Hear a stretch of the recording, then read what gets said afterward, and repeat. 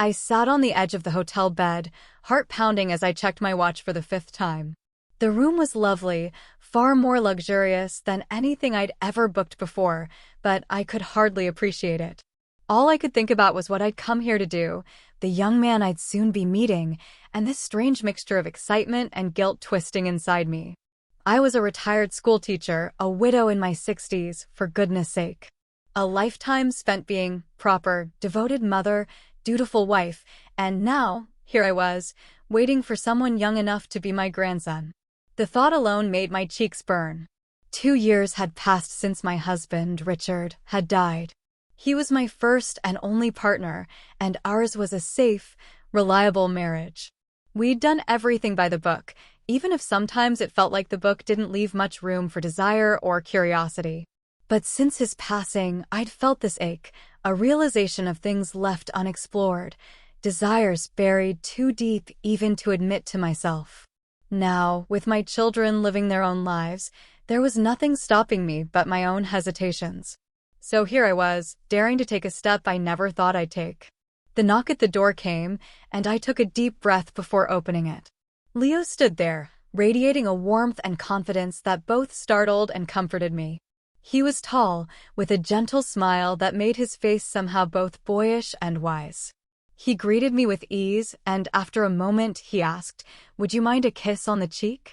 It was such a small, respectful gesture, but it set my nerves at ease just a little. I nodded, and his lips brushed my cheek, a warmth that felt so foreign and yet achingly familiar. Seeing my nervousness, Leo suggested we sit and have a glass of champagne, just to ease into things. He poured us each a glass, and as we sipped, he began to ask me about my life. It was disarming how genuinely he listened. He didn't rush me or act like this was all routine. He actually cared about my answers. I found myself telling him things I'd never shared with anyone, not even with Richard. "I've always done what was expected of me," I admitted, eyes focused on the bubbles in my glass. "I had a proper life, teaching, raising a family, supporting my husband. But now, I feel like I'm at the end of my story, and I didn't even get to write any of it myself." My voice wavered, and for a moment I wondered if he thought I was silly. I was afraid to look up, to see what might be pity or, worse, boredom in his eyes. But when I finally did, he was smiling kindly, warmly. "It's not too late to start," he said, gently. "You deserve to experience whatever it is you've been waiting for." His words were simple, but the sincerity in them made my heart ache. As we kept talking, I could feel the tension in me loosening, replaced by something that felt almost like excitement. But there was still this tug-of-war inside, a part of me clinging to my upbringing, my sense of propriety. I caught myself wondering if he found me unattractive or ridiculous, and even stammered out something silly about whether he might need anything to help him perform. Leo laughed gently and reassured me, his hand resting on mine for a moment. "I don't need anything," he said, his voice low. "Nancy, I want to be here. With you." I excused myself to the bathroom to freshen up, trying to gather my thoughts and steady my breathing. My own reflection surprised me, the gray hair, the lines around my eyes. But I reminded myself why I'd come, what I wanted. Taking a deep breath, I returned to the room. The moment I walked back in, though, a sharp scent hit my nose, a candy bar he'd eaten, maybe just before he came up. It was such a trivial thing, but it felt like a reminder of the strangeness of all this, the gap between us. He noticed my hesitation immediately, setting his chocolate aside and quietly brushing his teeth before sitting back down. The small act felt caring, and I realized the discomfort was all mine, all these fears that I was too old, too out of place for something so intimate. In a moment of doubt, I blurted, "Maybe we don't need to go any further. I can still pay you for your time." The words came out all wrong, and I hated myself for them, but Leo only shook his head, smiling softly. "Nancy," he said, "it's okay to want this. It's not wrong to want something just for yourself. You've come all this way. Let's not let this moment pass." His words steadied me, and I nodded, even as my heart hammered in my chest.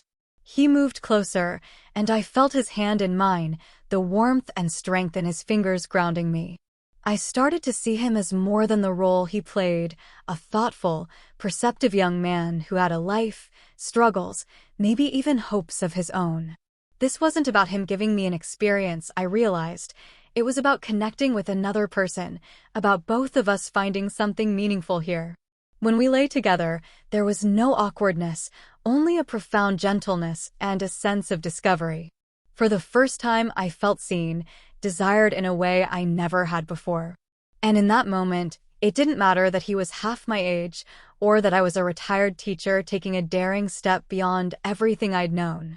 All that mattered was that I'd finally allowed myself to feel alive, to want, and to accept that I was worthy of this new chapter in my story. When Leo walked back into the room, tension radiating off him like heat from a flame, I could feel every unresolved word hanging thick in the air between us.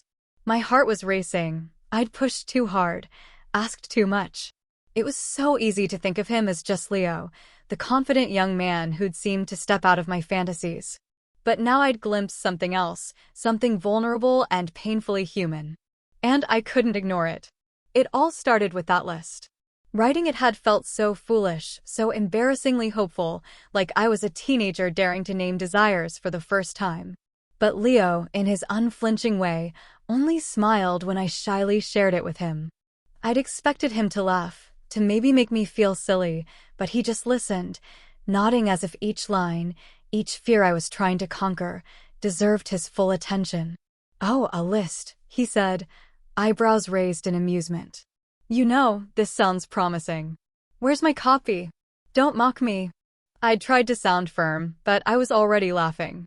Old habits. A teacher's method for everything. "That's what I like about you, Nancy," he replied, a spark of playfulness in his eye. "You don't leave things unsaid." The truth was, I didn't want to leave anything unsaid anymore, especially around Leo. And each time I met him, I felt a little bolder, a little less afraid to just be. I told him things about myself I'd never even admitted to Richard, the years of tamping down my wants, the ache of feeling like a supporting character in my own life. With every conversation, I felt some small part of that old skin shed away, revealing a version of me that wasn't bound by what others thought. But Leo was a mystery in his own right. I knew next to nothing about his real life until, almost on a whim, I asked, "What's your real name?" He paused, a flicker of surprise in his eyes. Then he looked down at the floor, rubbing his thumb along his knuckles as he answered, "Connor." That small revelation felt intimate, like a gift. But I was hungry to know more, and I couldn't stop myself from pressing. I wanted to know the person who was helping me find myself, to understand what lay beneath his own armor. When he shared that his mother thought of him as dead, to her, that even his profession was an elaborate cover, something in me cracked open. "I'm sorry," I'd whispered, reaching out to place a hand on his arm. "I didn't mean to intrude. I feel like I know you." He tensed, pulling away, his jaw tightening. "Nancy, this isn't supposed to be about me." The warmth drained from his face, and I saw the walls go up. "I'm whoever you want me to be, okay? That's what I'm here for." He gave me a look I hadn't seen before, guarded, hurt. In my naivete, I'd thought sharing this with him might bring us closer. I hadn't anticipated that it might drive him away. "Connor, please," I began, but he was already pulling on his jacket, gathering his things in swift, tense movements. I'd overstepped. This was supposed to be a space for me to explore, to feel safe in my own vulnerability.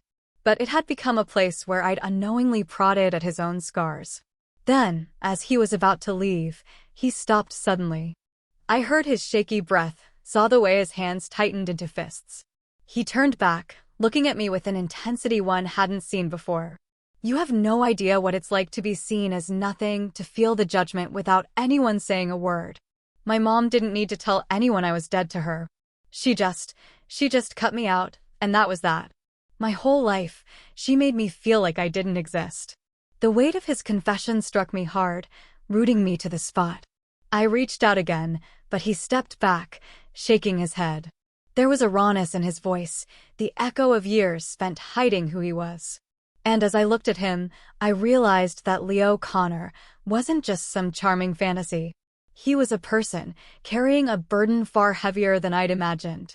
In one sharp, frustrated movement, he punched the wall, and I jumped at the sound. "Maybe this was a mistake," he said, voice thick. "I'll send your money back." He paused, glancing back at me one last time, as if waiting for me to say something that would ease the moment. But words failed me. All I could do was stand there, the room now feeling too big, too quiet, as he finally walked out. He left me there, with my list of wishes and an ache I didn't know how to fill. I'd come here searching for myself, only to stumble into someone else's pain. For the first time, I was forced to question what I'd really wanted from this arrangement.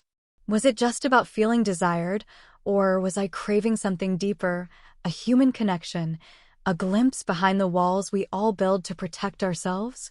Maybe, just maybe, I wasn't the only one who'd needed this moment, however messy it had turned out to be.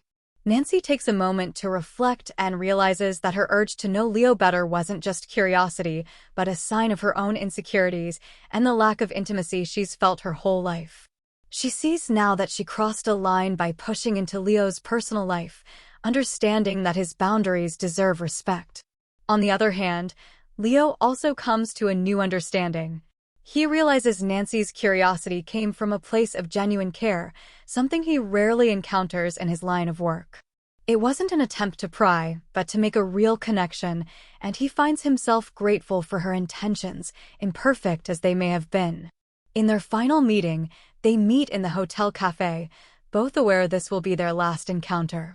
There's a bittersweet atmosphere between them, a blend of acceptance and sadness. Nancy is a new version of herself.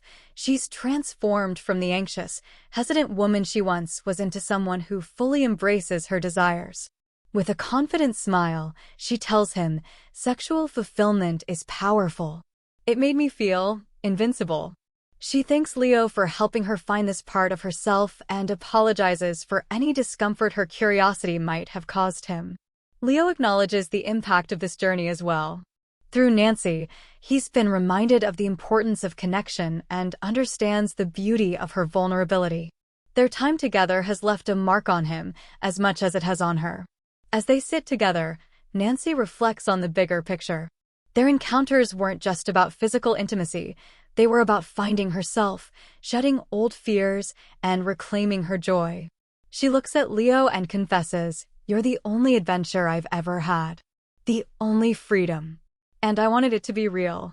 For Leo, this time with Nancy has been a revelation. Although his job as an escort involves connecting with many people, this unique bond with her has made him see the loneliness he sometimes feels within himself. He admits this openly, feeling thankful for the rare connection they shared. Their talk soon turns to the future, and it's clear that Nancy is ready to move forward in her life, stronger and more self-assured than ever. She no longer feels the need for validation. She's discovered her own worth and is ready to live fully for herself. For Leo, this final meeting is a reminder of why he chose his work in the first place.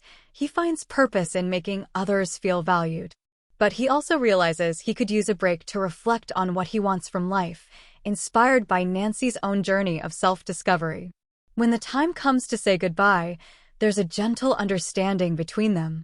They know their journey together has come to an end, but the transformation they've helped each other achieve will stay with them. Nancy leaves with a sense of renewal, prepared to face life with confidence and joy.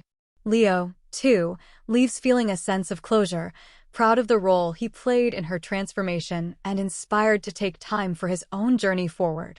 "Leo, I think this should be the last time we meet," Nancy says softly. "I'm glad you came. I'm glad we met." Thank you all for joining this deep dive into Good Luck to You, Leo Grande. The film beautifully shows how human connection and self-discovery can change us in unexpected ways. If you enjoyed this video, please give it a thumbs up, share your thoughts on the movie in the comments, and don't forget to subscribe for more stories about age gap romances and personal transformations. Until next time. As always, if I missed something or made a mistake, let me know. An AI narrates this because I'm still working on language skills and microphone quality. As I sat across from Leo in the softly lit hotel cafe, I felt a calm I hadn't known before. I was no longer the nervous, questioning woman who'd first hired him, unsure of whether I even had the right to want this. Now, there was clarity, acceptance, a gentle sort of finality. I was grateful, even a little proud. I had changed in ways I never thought possible, and I owed so much of that to the young man sitting across from me. This was our last meeting. We both knew it without needing to say a word. There was a bittersweetness in that realization, a sense of goodbye that settled between us like the slight, respectful distance of our chairs. Leo seemed more at ease, yet there was something thoughtful in his gaze, a tenderness that hadn't been there before. Sexual fulfillment, I began, taking a deep breath, is powerful. It made me feel invincible. I laughed softly, aware of how absurdly grand it sounded, but Leo smiled, nodding as though he understood. And maybe he did. Thank you, Leo, for helping me find this part of myself. Connor, he corrected, his smile a bit shy now, his real name no longer needing to be hidden. And I should be thanking you too, Nancy. It was strange. I'd come into this thinking I was just one more client to him, but the way he was looking at me now told me that our time together had been as profound for him as it had been for me. I felt an unexpected rush of sadness, knowing that our connection had gone far beyond what either of us had planned. I wanted to apologize for the way I'd pried, for the uncomfortable moment when I'd pushed him to share more of himself than he was ready to. But Leo stopped me before I could finish. Nancy, it's okay. I understand why you asked. He looked down for a moment, then back up, his eyes open and soft. It's not often that people in my life care enough to want to know. We sat quietly for a moment, letting the meaning of his words sink in. This wasn't just about boundaries, but about connection, real human connection, a rare and fleeting thing, something we'd both been missing in our own ways. You know, I said, feeling a little bolder, you're the only adventure I've ever really had. The only freedom. I paused, taking in his expression, the warmth and understanding that filled his eyes. And I wanted it to be real. He nodded, his gaze intense yet kind. It was real, Nancy. It was real. In that moment, I felt the truth of it. Every second with Leo, Connor, had been genuine, and it had given me something priceless. He'd shown me that I could be free, that I was worth more than the roles I'd spent my life filling. And I realized I was ready to live for myself, without needing someone else's approval, without waiting for permission to embrace who I was. I glanced at Leo, suddenly feeling more hopeful for him than I'd expected. I could see that he, too, had grown, that maybe he'd started to question his own life in the same way he'd encouraged me to question mine. I hoped he would find his own version of freedom, perhaps take the time he needed to uncover the life he truly wanted. The hour drew to a close, and I felt a lump in my throat as I looked at him, preparing to say goodbye. I reached across the table, my hand touching his one last time, a gesture that felt so ordinary yet so intimate. Leo, I think this should be the last time we meet, I said softly. I'm glad you came. I'm glad we met. He smiled, the warmth of it touching his eyes. Me too, Nancy. We sat there a moment longer, both of us reluctant to let go. But when we finally did, I felt a sense of peace. I was walking away with a new understanding of myself, a version of me I had been too afraid to meet until now. And I knew he, too, would carry our time together with him, wherever he was going next. As I left the cafe, a feeling of quiet joy settled over me. I wasn't the same woman who had stepped into that hotel room weeks ago.